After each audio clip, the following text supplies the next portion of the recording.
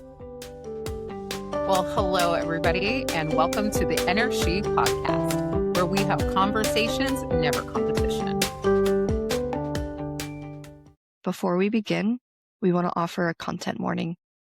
In this episode, we discuss sensitive topics, including childhood trauma, abuse, molestation, and sexual assault. We share these stories with care and intention. At the same time, we understand this content may feel heavy or activating for some listeners. Please take care of yourself. You are always welcome to pause, skip this episode, or come back to it when you feel ready. If this conversation brings something up for you, consider reaching out to someone you trust or a licensed professional for support.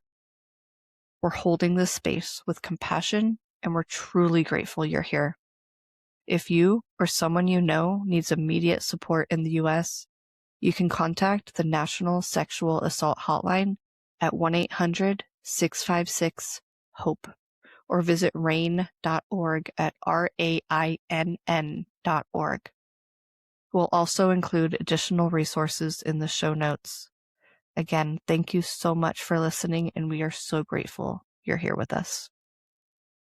Hey, welcome to the Ener-She podcast. I'm Adriana K. Granlund, your host, along with my amazing co-host, Crystal Fanoff and Karen Shirley. So good to see you, ladies. Guess what we're talking about today? You guys want a trauma dump? Huh? You guys want to? Thought we could stay up for an hour and talk about our feet. We're going to do like 3 episodes for this. Oh, you know what? I thought about that. We just might. We're like, to be continued. So today, have you ever noticed how the same pain keeps showing up in different relationships, different jobs, different seasons of life, just wearing a new face? That's not bad luck. That's actually a core wound asking to be healed. So, topic today is core wounds, ladies. Shall we? Mm-hmm. What is a core wound? Do we know what core wounds are? Oh, okay. Pick me. Okay, Crystal, let's go. I just was saying, yes, I do. Okay, well, dare to share? Yeah, for me, core wounds are wounds that happened in early childhood that basically still affect me today. Absolutely. And they still affect you in your today, in your relationships, in your job, in your friendships, right? Karen, what about you? Absolutely. All of the above. D, abandonment, betrayal, rejection, not feeling safe. But we can dive into all of that. Absolutely, we can. You know, betrayal, humiliation, shame, injustice, right? I love that you said safety one was one of my big ones, right? And then how it shows up for us, you guys, in self-betrayal, self-abandonment, right? Fear of being seen from the humiliation wound, rejection. So not feeling like your enoughness, you feel unwanted, not wanting to be vulnerable, self-sabotage, right? Betrayal can also show up in lots of different ways, like trust being broken by someone who was supposed to protect you. And then it leads to like control issues. Did anybody in here have control issues? I don't know what you're talking about. Oh, okay, deflect. Thank you for like slowly raising that hand, Crystal, right? Sarcasm. I love your sarcasm, right? And then an injustice, feeling unseen, unheard, and treated unfairly, can result in anger. I've felt that at work. I have felt that at work. I'm like, you mean to tell me you're going to give this person the promotion when they're clearly unqualified? That's wild to me, but go off, right? So yeah, and this all starts in our childhood, like Crystal said. So ladies, let's dive in. How has it shown up for you? Who wants to start? Let's do it. Okay, Crystal, I feel like that was a volunteer. Let's roll. No, that's a nose goes. Like whoever doesn't touch their nose goes. Mother. That's so messed up. I guess I'll go first, guys. Okay. Well, So core wounding for me has shown up in so many different ways. And I don't blame my parents. I think all of our parents, and shout out to all of our parents. Hey, mom, hi, dad. My parents passed away. God rest your souls. And to my birth mother, hey, mom, shout out, love you. And shout out to your moms. But I don't blame our parents for the things that they've done and the ways that they've tried to handle their lives. But uh, oftentimes, we as children end up wounded due to behaviors or actions that our parents did that unbeknownst to them, they were just trying to get through life their way, or simply do the best they could. And it ends up wounding us. Now, there are parents out there, and this is, there are parents out there who should not actually be parents and do inflict harm and do inflict pain onto children. And that's a whole nother level. However, for my parents, I don't think it was intentional.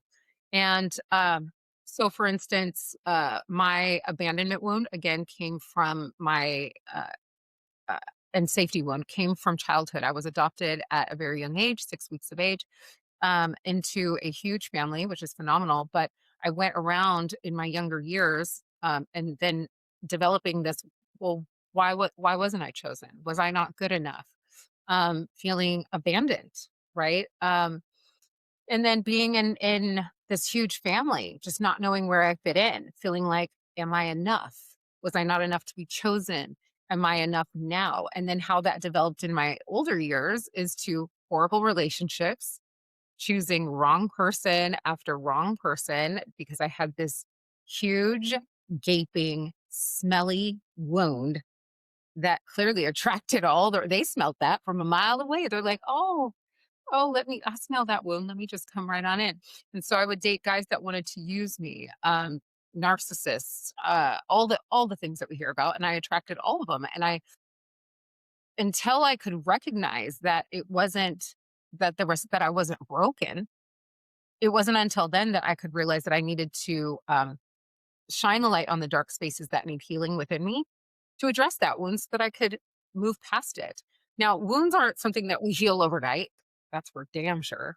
So it takes practice over and over again to address that wound when it shows up in your life. And the real piece to that is recognition, right? Just recognizing. But they present as patterns. They present as patterns in our behaviors and in our daily lives. So that's my truth. And it showed up in my work. It showed up in not feeling good enough or chosen. And ultimately, it again showed up in relationships and again, not feeling like I was being chosen. And I finally recognized that I had to choose me. It was me who had to choose me. Right. So that's my truth. That's one of my core wounds. What about y'all? Who's next? I find it hard to talk about this publicly because my family's still alive Well, and my get family it. doesn't talk about it because it's always been brushed underneath the rug. Mm, yeah. Get it. And conversations still haven't happened, and I'm 45 years old. And so I'm sitting here listening to you talk and also thinking about how much do I really want to share? Yeah. And it makes me sick to my stomach. I hear you. I'm really honored that you take this space to share your truth though, right? Because this is the healing, is how we And share. And so in that, but I know that so many other people have experienced the same exact thing.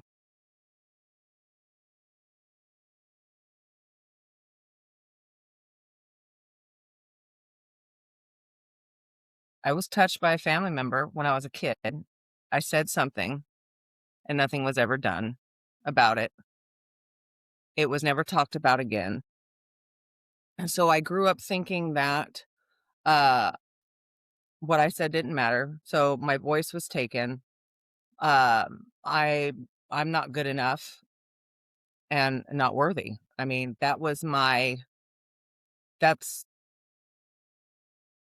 that was how I felt about myself. That was the negative. That was the lie within myself. That was the negative tape that played in myself, and I made all my choices based on that. And due to other things that were fed to me by adults, the adults that I looked up to, I had this picture of how men are, so I didn't trust them. One, because of the family member of what they did.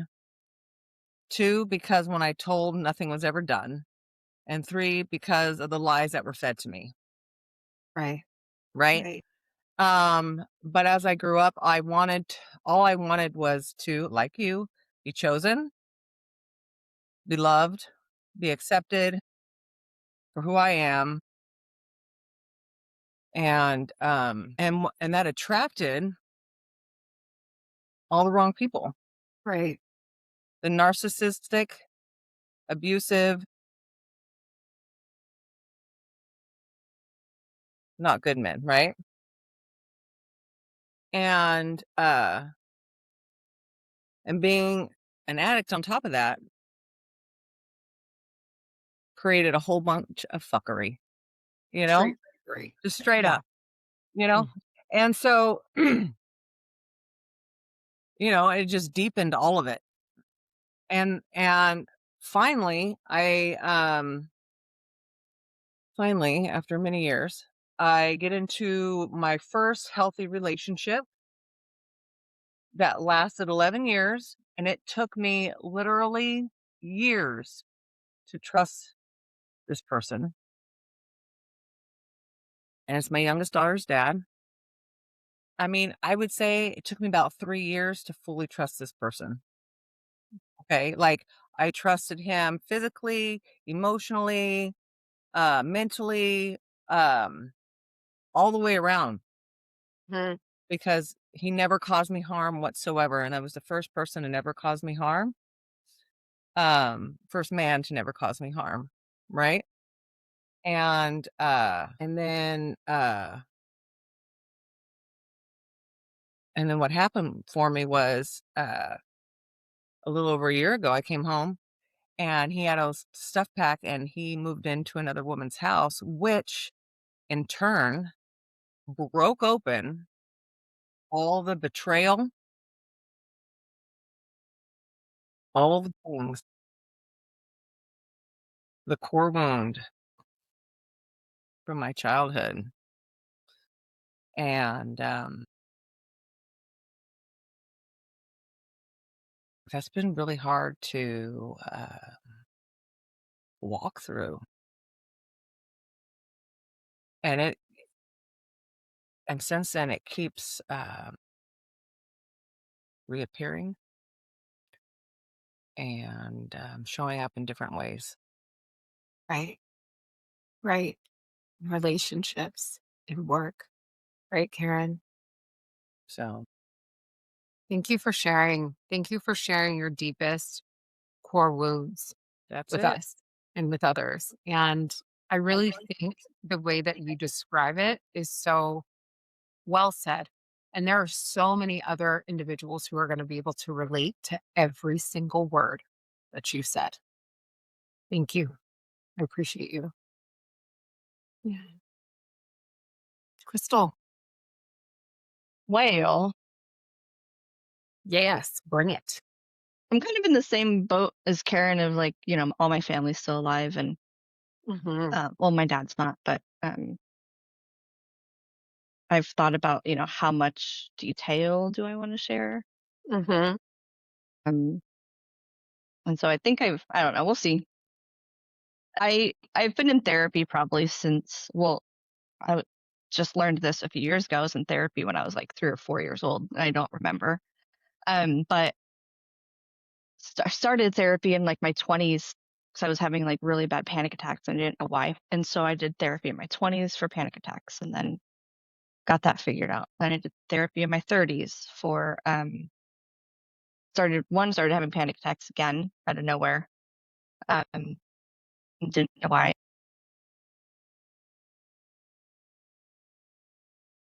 So then worked through other issues in my 30s and then started therapy again a year ago and realized, wow, I was never really honest in my therapy sessions. I was never like saying exactly what was in my brain. I was like filtering, right? Um, Wow. and so lately, this last year, it's been some really intense trauma therapy for my childhood that now I'm looking at things through a different lens than what I was because I had um I was pretty sexually active from a really young age and kind of almost through my 20s and 30s and into high school like looked at it as like that was something I was choosing to do. That was something I wanted to do was, you know, me experimenting as a kid. Mm. But now looking back at things things that happened and being honest with myself about things that happened and realizing what was my choice first of what wasn't my Right. choice as a kid. Okay. Um, I mean, the first time I was 5, um, and then the next major one, I think I was 7. Um, the other kid was 16, and so so yeah, looking back now, it's realizing that k- kids don't understand control. They don't Hmm. understand that they're just just like doing what they need to be feel safe, doing Yes. what they need to do to what they think is okay, what they think is normal, what they think is acceptable when they don't have anyone telling them it's not. Right. I was also never like my family never knew. My my brothers still don't, so this will be like news to them. Hmm. And so that that trauma I never looked at as trauma. I looked at it as me being a kid, right? Right.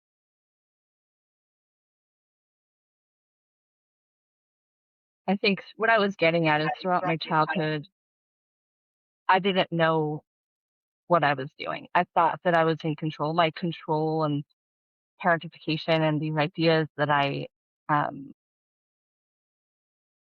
had some sort of control started really young.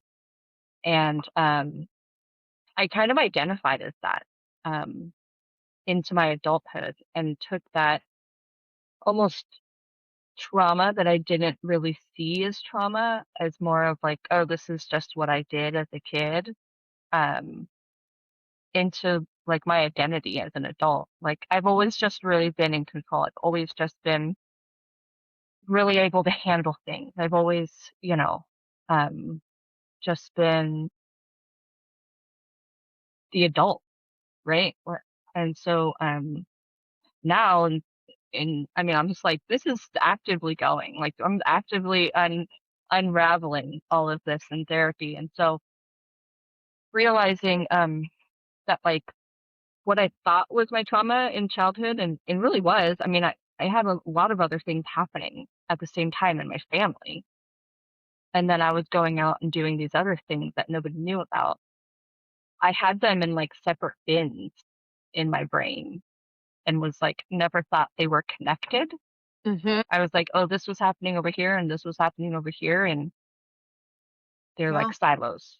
And so now I'm realizing, like, no, they're entangled. Like, I keep comparing it to like an ivy vine, and I'm like trying to like slowly untangle the ivy, Totally. like, because it's all just like tangled together.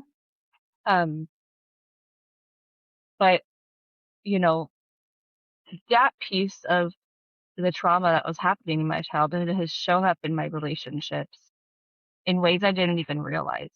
Like, romantically, like sexually. Um, like now that I am not a big drinker, how that affects my relationships versus in the past, my relationships, like always having a good time when I was drinking, you know? And now that I can't go have a good time and drink and let loose, like, it's really hard to do that. It's really hard to, like, be vulnerable with even a person that I feel safe with. Right. Um, and so starting to understand that, and also, again, like you were saying, I don't blame my parents for anything. Like, they did the best they could with what they had. These days would probably be called abusive, Yeah. you know? Oh, yeah. Um, back then, it wasn't, I friends that had worse situations, for sure. Like, my mom struggled with mental health when I was a kid. She had a back injury. Um, she got on a lot of medication, and that medication made her suicidal. Mm. And then she went into a mental hospital for about 2, 3 months when I was about 7. And so she divorced my dad from the hospital. And so then it was like mom left, dad left, grandpa and aunt showed up. So there was just in that period of my life, there was like a lot of chaos happening and like people stepping in. And I honestly don't remember most Mhm. of it, like I just know what people have told me happened. Um, but I do know that during that period, I was, again, these traumas that I thought were not connected really were, because I was going out and trying to find safety and comfort and control in other ways that Yes. I had unfortunately learned in traumatic ways, Yes. right? And so how that looked going into my teen years, like, I was like pretty promiscuous into my like 17, 18, 19, you know, Same. uh, and I was raped at 19 in LA, um, by a coworker. And again, I don't think I actually said that I was raped by him until I was about 36. Wow. Up until then, it was I drank too much. All that time. And, even though, it was, I told him to stop and I couldn't move and, all the things. And so, I realized now at the stage of life I'm in is like all of the traumatic things between like 16 and like 28 were just me trying to cope with all the trauma that had already happened to me. Right. And until I started actually working through that original trauma, I just kept putting myself in situations that were Mhm. adding to my trauma. Yes. Right. It was like secondary trauma to my primary. And Absolutely. so once I kind of realized that, um, I was able to try to like be like, oh, okay, like let me take a minute. Like Yeah. let's stop the train here for a second and figure out what's going on. Um, Absolutely. and my relationships, I came out when I was 19, Right and on. Good for you. and I've been in only relationships with women through my 20s and 30s, and they were had their good things, had their bad things. I guess what I'm getting at is the primary, the one, what is that in science? The one constant, Yes. the one constant in that was me. Mhm. The one Yes. constant in, how I would get close and then push away in different ways, or how I would I was jealous and I was controlling and I was the one who was looking through phones and I was the one who was looking through emails. And Mhm. I just had major trust issues, like major trust issues. Right. And Absolutely. yeah, and I mean, honestly, that all, even in my current relationship, that all came to a head in um, like 2017, or yeah, 2017. My wife Mhm. and I um, had like a really big falling out, you know. Right. I left for 2 weeks. Um, she had got 13 stepped, basically. Mm. And Mhm. so, this was right when she got clean, and so at that point, I realized, why is it that I always end up in these situations every single time? Like, I'm the person in this relationship that I've been in this point in every relationship I've been in, and why does it keep happening? And so that's when I went and I joined CODA. I went to Al-Anon meeting, and I started, like, really Looking at you. focusing on me. Yeah, turning Yeah. the finger around. That's Yeah, awesome, yeah. Crystal. And that's huge to come to that point in your life, no matter what it takes to get us there. That you were able to look and see that the pattern was repeating itself in your life. And you were at the point where you were like, it's not just the same people or same situation that keeps happening with every relationship. Who's the common denominator? It's me. I'm the common denominator. And that is the reality that we all have to come to at some point in order to recognize the pattern, in order to heal it. Right. And so thank you for sharing your deepest truths with us today, and how your core wounds have affected your life, Crystal. This is helping so many people, ladies, right now, just by you sharing your deepest truths. You have no idea how many women are literally out there saying, wow, that's my story. Me too. I went through that. I never shared that. So thank you for your bravery. Thank you for your honesty. I'm also going to share another component. For me, I grew up in a household that was large, which I've shared with all of you before, but my mom was she was angry. She was angry a lot. And again, I don't blame her, God rest her soul, but mom, she was angry, you guys. And back in that generation, they, like you said, Crystal, we would call it abuse today. It was abusive, right? And but just doing the best that they could with what they knew how. And I came from a generation of spanking, right? So I learned to equate love with fear. I was afraid the same person who's supposed to love me would also hurt me. Cry and I'll give you something to cry about. Slam that door, and you get the full name, the full first, middle, last name as that door slams. Don't you slam that door, right? And you would accidentally slam it, and then you knew that it was like you were going to get it even worse. In my household, it was belts, was frying pans, spoons, being slapped in front of my friends. But it really did create this mental block within me that I started to equate love with abuse.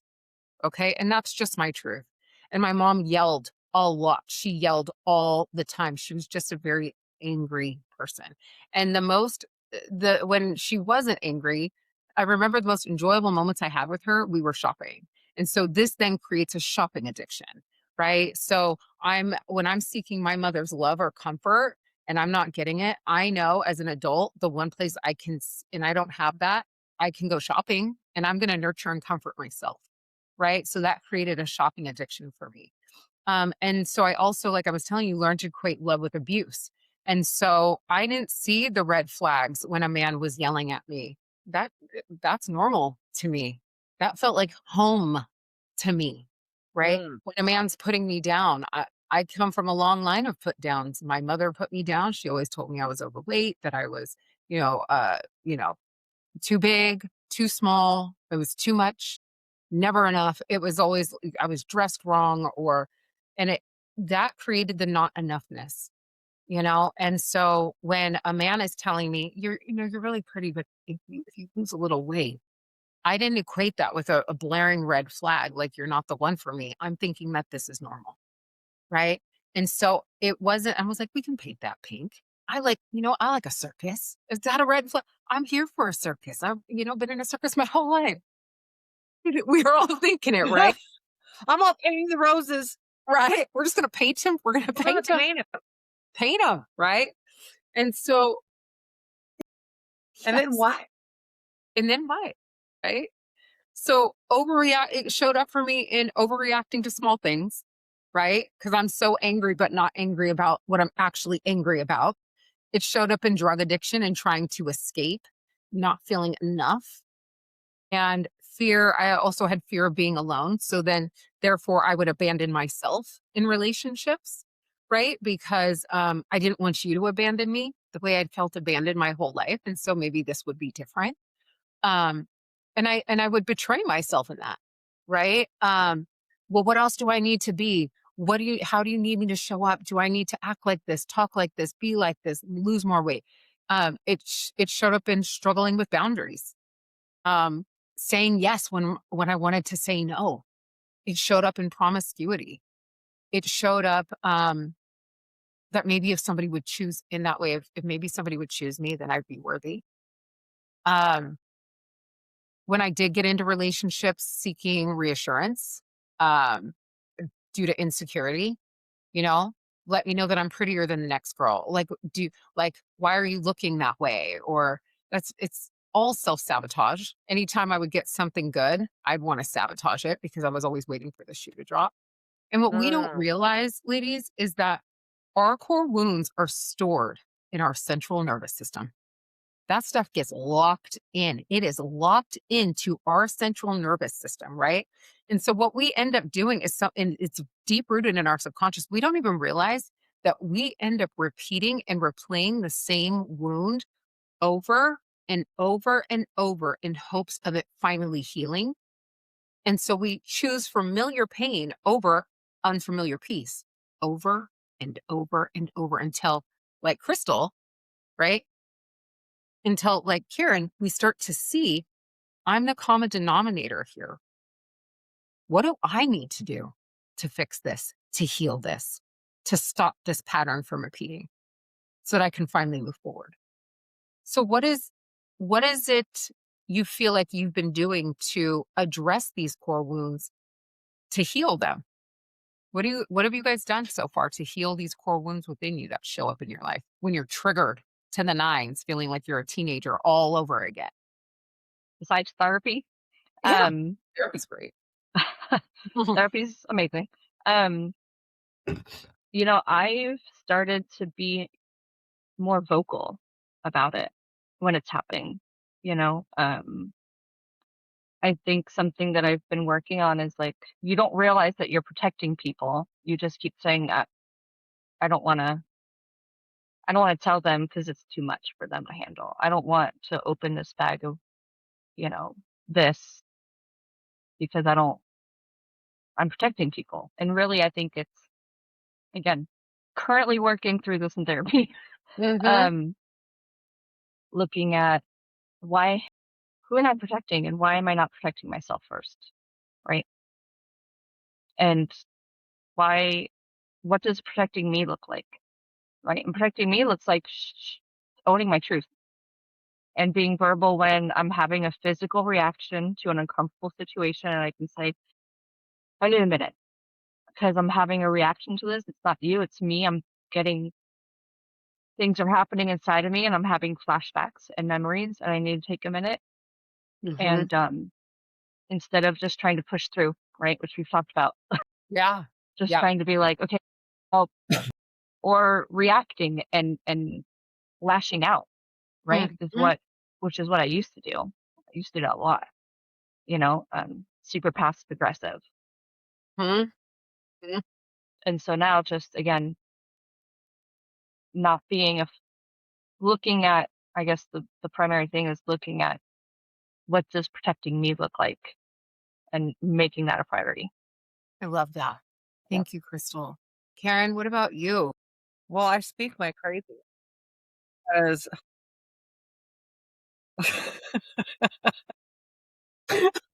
Truth be told, You're like, I don't have that problem. I doesn't resonate.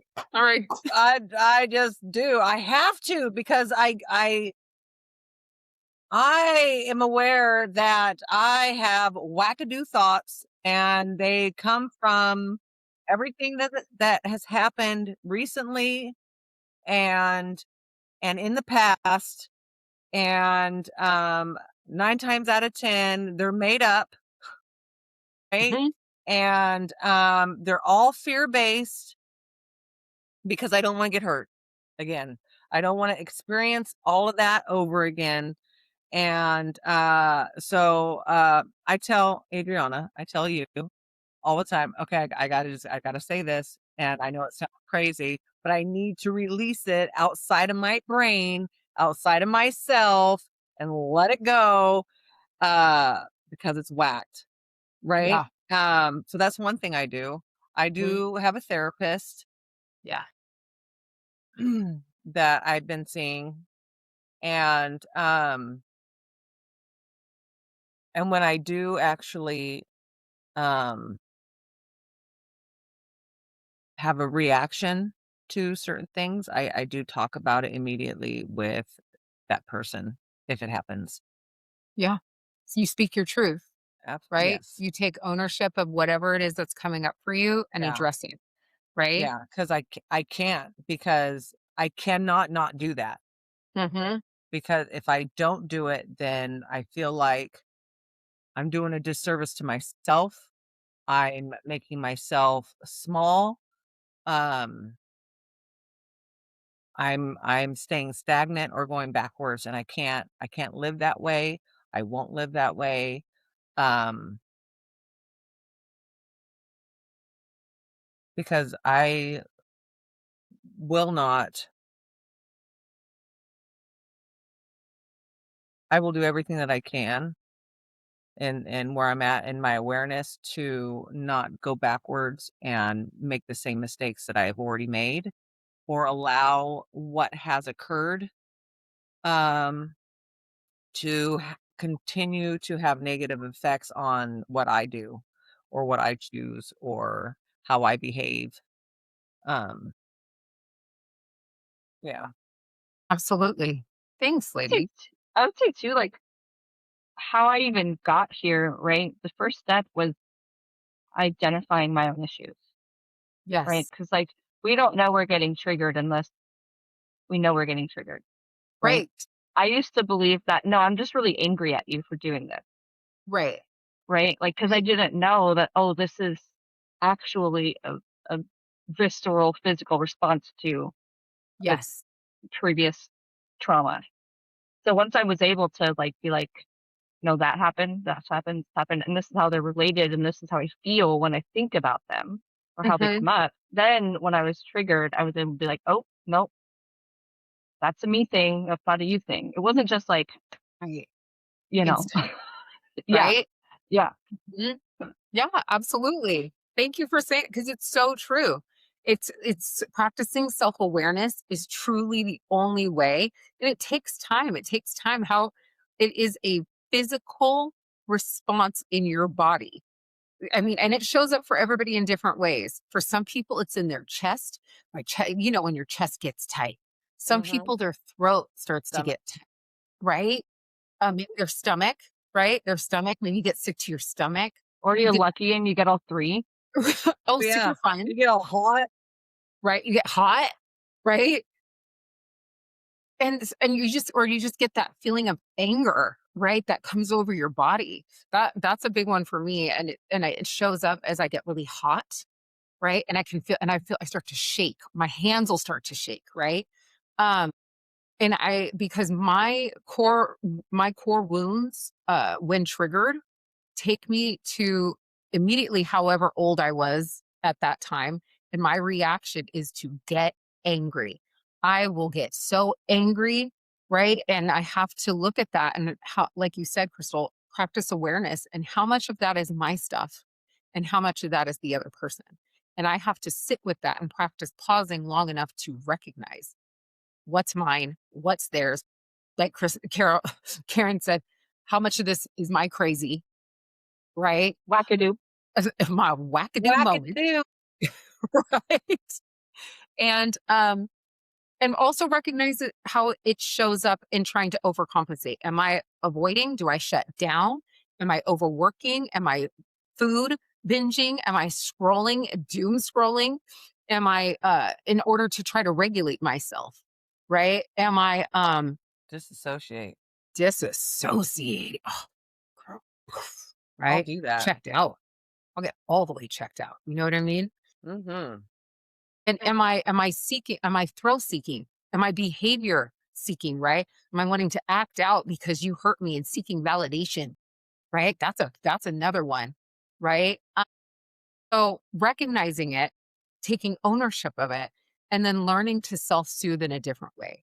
And this can look like, for me, it looks like practicing pause and taking a walk. And voicing how in that moment, listen, I'm feeling really elevated right now, and I'm not sure exactly what it is. I just know that whatever we're talking about is about to send me over.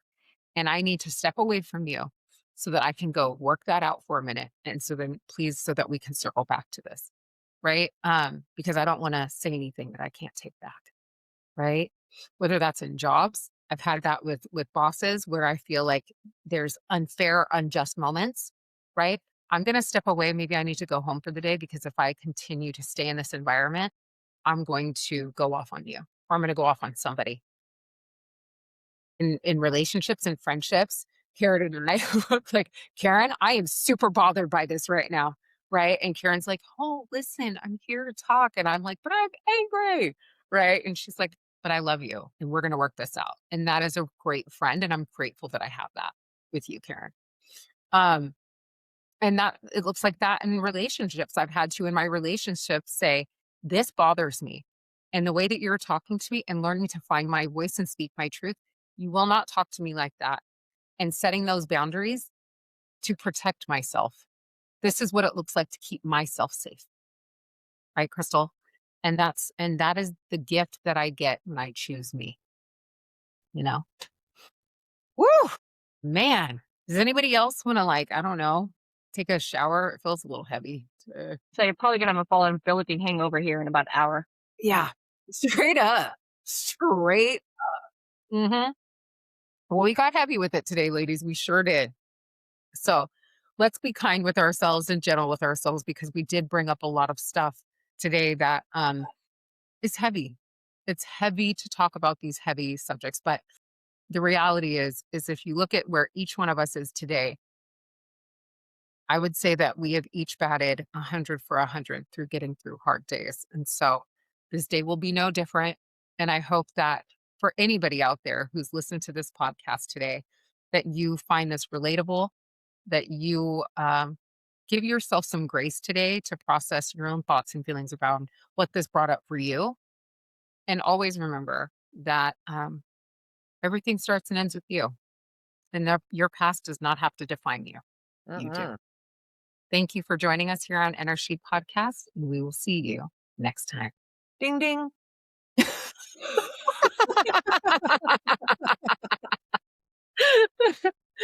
Oh, so good. So